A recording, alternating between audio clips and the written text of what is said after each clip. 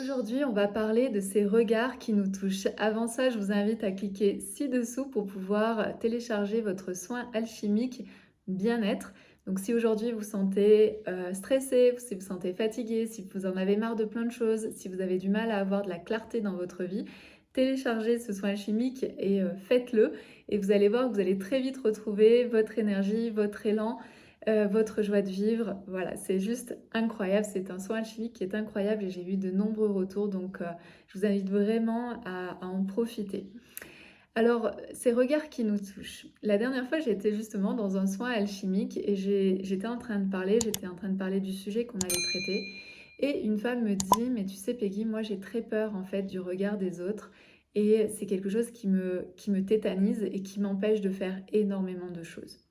Et je lui dis: «Mais c'est normal en fait ce que tu es en train de dire là, on est tous sensibles au regard des autres, puisque c'est une peur archaïque, c'est une peur qui est là depuis toujours, puisque nous sommes des animaux sociaux, des êtres sociaux.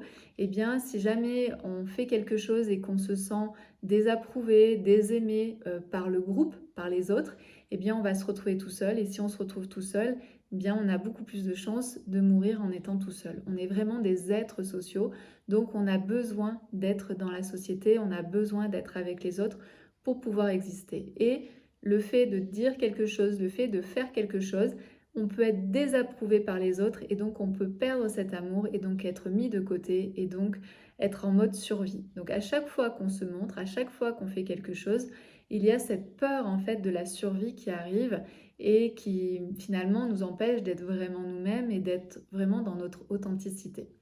Alors qu'est-ce qu'on peut faire à ça? Puisque vous aurez compris, on est tous sensibles à ça, sauf que vous avez dû remarquer qu'il y a certaines personnes qui sont plus ou moins sensibles.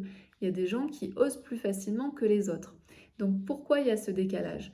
Bien sûr, ça vient de leur éducation, mais surtout, c'est que c'est des gens qui ont déjà osé plein de fois dans leur vie et qui se sont aperçus que finalement, même s'ils étaient désaimés, ils étaient toujours pas morts. Donc, ils ont associé en fait le fait de se montrer, d'être authentique, de dire ce qu'ils pensaient, etc., à oui, on peut m'aimer comme oui, on peut me désaimer, mais en même temps, je suis toujours vivant. Donc, leur cerveau n'associe plus ça à de la survie ou à un risque de mourir, mais ils associent ça à quelque chose de normal et je crée rien en réalité, je continue à vivre. Et puis, il y a une chose en fait que j'expliquais à cette femme et à l'ensemble du groupe au final, c'était de comprendre qu'à chaque fois qu'une personne porte un jugement sur vous, donc vous faites quelque chose, et puis c'est normal en fait que la personne pose un jugement sur vous.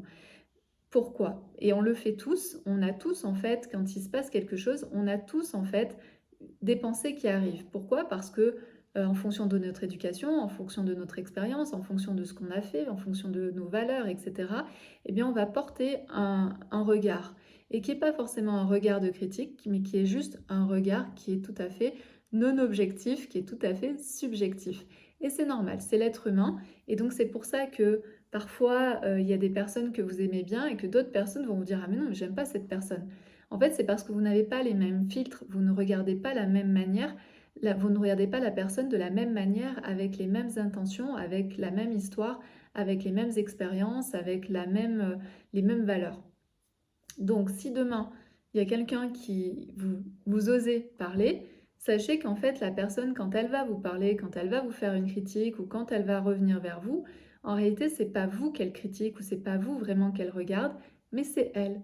C'est elle avec ses valeurs, c'est elle avec son expérience, c'est elle avec son histoire, c'est elle avec son éducation. Mais ce n'est pas vous. Ce n'est pas vous qu'elle met en porte-à-faux en réalité. Vous êtes juste un stimuli, vous êtes juste quelqu'un qui venait en fait activer ce qui se passe chez elle. Et ça marche dans les deux sens, que ce soit une personne qui vous dise: «Ah, mais t'es trop belle, ah, mais ça c'est super, ah, mais t'es ceci, t'es cela, t'es trop intelligente».